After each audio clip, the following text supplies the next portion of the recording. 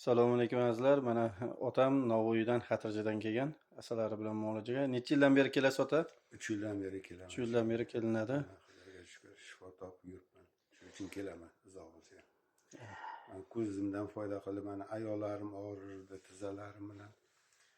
Nima qilaman yo'taydim, sajda turishda, yoqda yotishda. Shu belim og'rirdi, belim og'rig'i yo'q ketdi, xudoga shukr.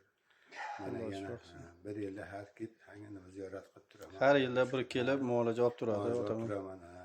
Onamiz bu kishi ayolim bilan birgalikda. Ayolimning sahri bor.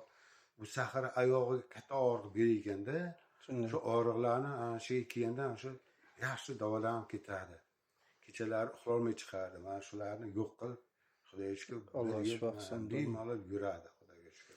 Mana otamga ham o'sha ham mana asalari muolaja olyapti, ham o'sha kanopcha degan giyohimiz bor, ko'z kataraktalariga. Shuni beramiz. Mana undan qanday natija topyapsiz ota?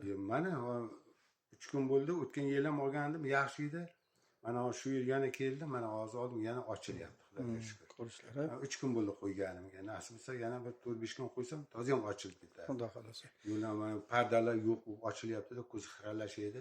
O'sha xiralar yo'q bo'lyapti, xudoga shukr. Biz manzilimiz Farg'ona viloyati Beshariq tumani Musiqa san'at maktabi ro'parasida klinikamiz.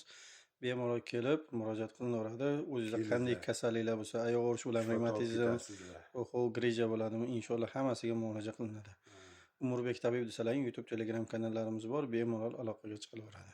Salomat bo'linglar. Ota, doim yaxshi kunda ko'rishaverik. Rahmat qiling. Alloh shifo qilsin. Xudo baraka bersin.